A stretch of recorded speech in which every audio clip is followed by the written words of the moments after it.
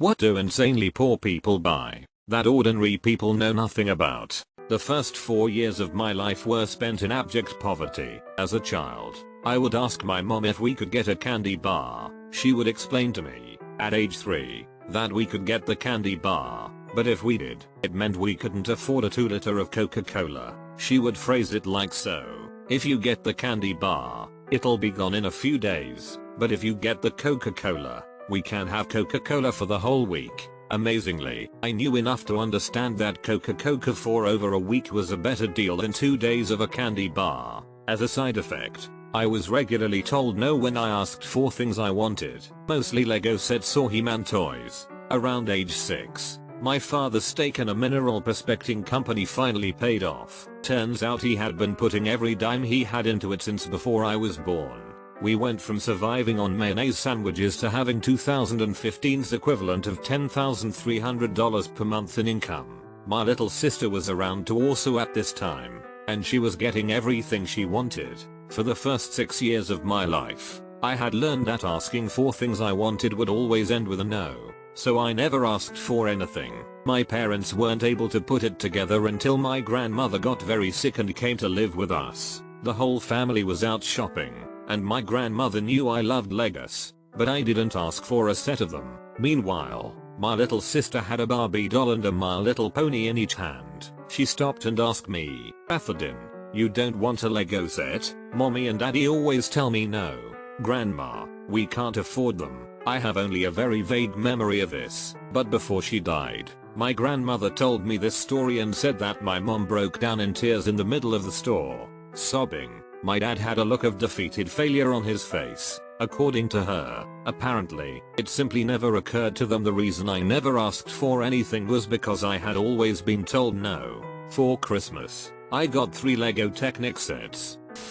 Lots of school systems do free lunches for kids under 18 during the summer. When I was a kid, I remember my dad taking us to get lunch at the school, then go play disc golf, soccer, or do something else free and fun. It was a blast and I had no clue it was because we were poor. Dollar theaters, and sometimes they have a free afternoon evening show for kids with the purchase of a parent ticket. Many movies were seen by the 3 of us for $4 with a shared popcorn and Coke. My dad was amazing at making us feel rich on basically nothing. I had to move out on my own when I was 17. I had no money at all and drove an old clunker Camry. I got a flat tire to match the flat spare in the trunk. I went to the discount tire on the east side of Indianapolis, where I was living, to see if they could patch it. When they got it on the rack, they said that belts were showing around the tire. In fact, all of the tires, and I would have to replace all 4 tires. I thanked them, went outside, sat in my car and started crying. The manager came out and knocked on the window. He said that he had a set of tires that would fit my wheels that someone left when they got new tires. I told him thanks, but didn't have any money. He told me not to worry about it and when I graduate, to come back and buy my tires from them. Gotta ask, did you buy your tires from them? Yay, every time. In fact, my wife, son and I moved away to Brooklyn, NY, last fall. When making our final visit home for the year to visit my wife's fam, I drove, just so I could get new tires there. They're all still really nice guys. I have been both very poor and very comfortable. A lot of very true statements already posted here, but here's what I have noticed. When you are broke, you can't plan ahead or shop sales or buy in bulk. Poor people wait to buy something until they absolutely need it, so they have to pay whatever the going price is at that moment. If 10 packs of paper towels are on sale for half price, that's great, but you can only afford 1 roll anyway. In this way, poor people actually pay more than others for common staple goods. My office only has a bathroom for all genders, so it has the facilities for men and women. Naturally, there's a tampon machine, and tampons are only 5 cents. Once a month I'll work late, get a roll of nickels and fill up a grocery sack with tampons for my wife. You can get new car parts from the junkyard for virtually nothing, with added discounts if you remove them from the junkers yourself. I had a 12-year-old car in college, and when it blew a tire, I went to the junkyard and found a decent set of tires, bought all for $70. which reduced my food budget to $16 for the next 2 weeks. Some lady in the grocery store saw me with a calculator trying to figure out how much ramen I could buy with $16 and handed me a $20. It made me cry. I'm glad I'm not poor anymore, but I'll always remember that lady. It's amazing how much $20 is worth when you don't have $20.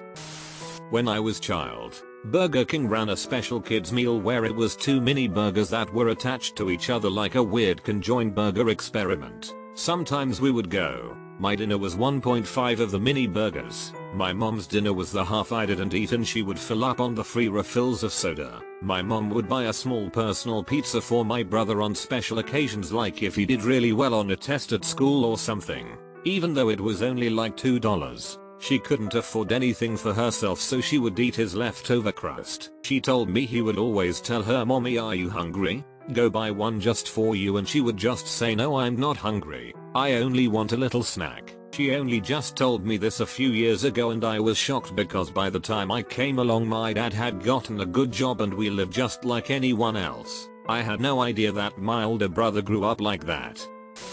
I was so poor once that I would go to Long John Silver's and order a water and crunches, which used to be free, then sit there and watch the people that would dine in. It was amazing how little they ate, and then they would leave without dumping their tray off in the trash. Fries, hush puppies, chicken, fish, all untouched. No, I didn't eat a piece that was bitten off of. I once saw a woman order a 2-piece fish and more for her kid, that ate one hush puppy and a few fries, and then left the rest of it there. It was the best I had eaten in weeks. Glad that's behind me now. Powdered milk. I once worked in a call center and an old lady called almost in tears that cable went up by $1.50. Her line that she repeated more than once was that she couldn't afford fresh milk and had to buy powdered milk, unless it's due to lack of refrigeration available or some sort of allergy. Only the very poor would buy powdered over fresh milk. I had a really odd childhood. Until age 9 my family would have been classed as upper middle class. Then my father left and my mum went batch crazy. From 9 to 18 we were dirt poor. I remember being 10 years old and our weekly treat was to go to the Little Woods Cafe. I think they went bust, and they did a 99-page 5-piece breakfast. We shared that among my mum, brother, sister, and me. One of us got the extra item. We'd take turns. As an adult I have made sure my children will never know poverty because of excellent memories like that. Nothing motivates you more than memories of fighting over a solitary sausage.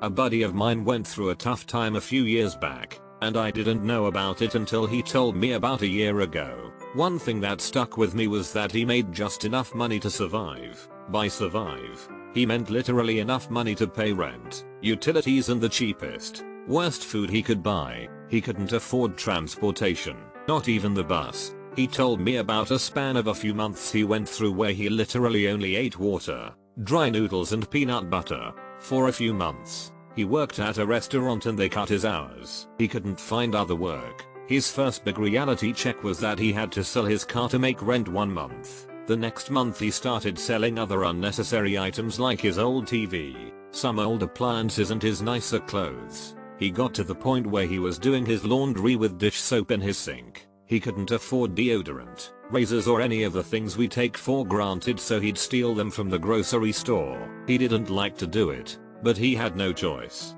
He never got caught. When he told me all of this, I was floored. I wish he would have told me when it was happening.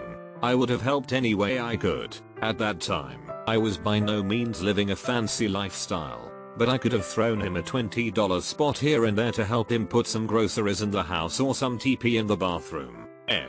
Just thinking about it makes me ill. He's still poor today, but he works full time and is happy, at least from what I see.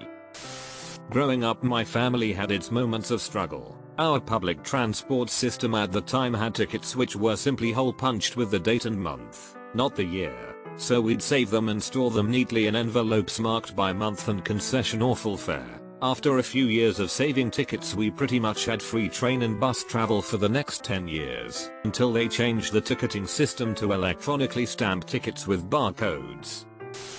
In university I used to buy a 10-20 pounds bags of potatoes, freeze-dried chives, and gravy mix in bulk, not the supermarket packs which are $1 for 2 cups of gravy. restaurant-sized packs that make 8 liters. That was often dinner, usually at the end of the month when money got tight. Sometimes I had even saved enough that I could have mashed potatoes made with some sort of dairy or bacon grease. I also had a cheap tub of protein powder for weightlifters. It was gross, but I would blend it up, usually with water, hold my nose and gulp it down. It was actual protein, and slightly more healthy than a week-long diet of potatoes.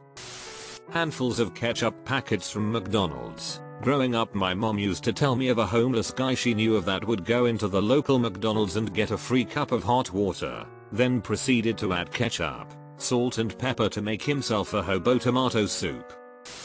Learning the times of the day when meat, bakery, fish, vegetable and miscellaneous items are reduced to 75% at the local supermarket. I've been learning for years, but it's a good day when you find 400 grams of fresh mince for 99p, and you have warm filling food that you used to take for granted when living with parents. One thing I've noticed about being poor is that you become almost vegetarian because meat just costs too damn much, frozen or fresh. Another thing would be buying the cheapest large container of yogurt and mixing in jam for fruity yogurt. But that's not about being poor, that's just a good idea. Stuff on layaway. My mom would always go to this store that sold heavily discounted irregulars and put it on layaway for our new school clothes. Near where I live there is one of those guys who cleans out basements and storage buildings for a living. He also has these huge yard sales 2 or 3 times a year along a main highway. Pretty incredible to see. He even puts up traffic control and parking signs because so many people stop when it is busy. This guy saves up all of the kids' clothes he comes across during the year, and toward the beginning of August he has a yard sale that is mostly clothing. The moms from the local trailer parks all come to this sale and fill bags with clothes for their kids, which he then puts in his garage and holds on layaway. These mothers come to his back door and make weekly payments on used school clothes and shoes for their kids all month. Oh god. Bags of frozen veggies and a couple packs of ramen can make a family meal. I used to buy these awful frozen chicken discs wrapped in bacon. They were terrible, filled with gristle and just nasty. Eating those with rice and frozen corn was a real treat. I ate Kraft Dinner, mac and cheese, every day for about 2-3 years because that was all I could cook while my mom worked. I could have made spaghettios, but I hated those. That for dinner, and one of those cheap 99-cent pack donuts from the grocery store for breakfast. Lunch was bologna sandwich and an apple. Finally, when I was about 10 or 11, I started teaching myself how to cook from my mom's old cookbooks, so my meals got a lot better. All carbs, and cheap fat scalloped potatoes, rice and cheap meats. My local bus service used to have paper transfers, so you'd pay your fare, get the paper transfer that was good for an hour, and then you'd use it for the next bus. But if you were only going to the station, you'd get a paper transfer anyway, then hang around the station for an extra 5 minutes to see if anyone needed it. Conversely, you'd wait around for people getting off the bus to see if you could score someone's transfer. This only worked if you weren't switching buses, but I got quite a few free rides this way, and gave many a transfer away. Going without meds, living in constant pain because you can't afford a prescription. I remember laying in my bed at night, and my mom would be sobbing in her bed from pain, because she couldn't afford the meds that would treat her rheumatoid arthritis or anything but generic Tylenol for her pain. I guess that's not really buying anything. But while we're down memory lane, saving your birthday money from your grandma and aunts and uncles so you can pay for a babysitting course that lets you babysit at 12, getting a babysitting job at 12, and babysitting every day from 3 until 7 or 8, to earn some money, giving that money to your dad so he can pay his phone bill and put gas in his car, getting a real job at 14, working at a fast food joint so you got to eat dirt cheap, still giving your dad money, but this time knowing it is going to the casino or the bar, but still doing it anyway. Being poor was awful. 0/10 do not recommend.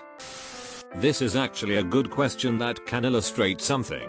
When you are poor, the system is set up to keep you that way. For example, how much do you pay to cash your paycheck? If you aren't and have never been poor, you probably said pay, because you don't. Your check probably goes via direct deposit right into your checking account. But what if you have bad credit history such that you can't get a checking account? Well, Now you have to go to a check cashing service and pay money to get it. This means that, out of your already low check, you get to a few dollars down. If you are lucky, you can find a grocery store that will give you feedback in certificates to the store, but even then they might charge you a small fee on top of that. How about this? How much is your car insurance? Did you know that if you bad credit it's higher? So, now that you are poor, you get to pay more money for your insurance, and you'll find that the only landlord that will rent to you, at a place not in the absolute worst part of town, will ask you to double your deposit. Since you've had financial trouble in the past, it gets worse. Your bad credit combined with your shaky job history and barren wasteland of a savings means your options for transportation are severely limited. If you need a car, you will have to go to one of those lots. You ever drive a car into the ground? I mean, put 200k miles on it and drive it until it just doesn't want to go anymore? Then you take your jalopy into the local, reputable Honda dealer and they give you $20 and a Snickers bar for it. What do you think they do with it? They certainly don't sell it at their lot.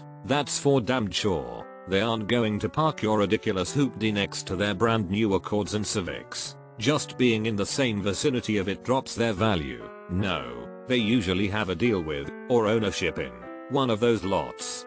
Those lots are in bad parts of town. The office looks like a tool shed. They offer financing at rates that would make a loan shark uneasy. Their cars usually have a lot of miles and are guaranteed only to make it off the lot. Some of them will even rig up the cars with tracking devices so their repo men can find you easier. That lot will sell this hunk of junk to the kind of person who, more than anyone else, needs it to start every day and get them to work. When your car breaks down, what do? You probably take it to the shop to get it fixed. What if you had no money, and no credit cards? And what if you were a week into a job in which you were as replaceable as a number 2 pencil? Well, hope you don't have any kids. At least then you might be able to call a friend or family member to help you out. If you have kids, now you have to find someone to help you drive them to your child care provider, which you can barely afford as it is anyhow, and take you to work, then pick you and your kids up. If you don't have kids, you can probably at least take a cab today, and then you can fall into another trap. You can get a short-term loan at 300% April. People who have credit don't get these loans because they are predatory and shy. They take advantage of people who have no other options. Ordinary people may know a little about them, but usually just say what kind of stupid person gets themselves into that, without realizing that it's not a stupid option so much as a last resort for many people in poverty. When you are poor you pay for everything, many things that other people don't have to pay for or just don't have to worry about. This is one of the fatal flaws of the bootstrap mentality in which fixing poverty is simply a matter of will. When you're that far down, the deck is stacked entirely against you. The world is rigged to keep poor people poor.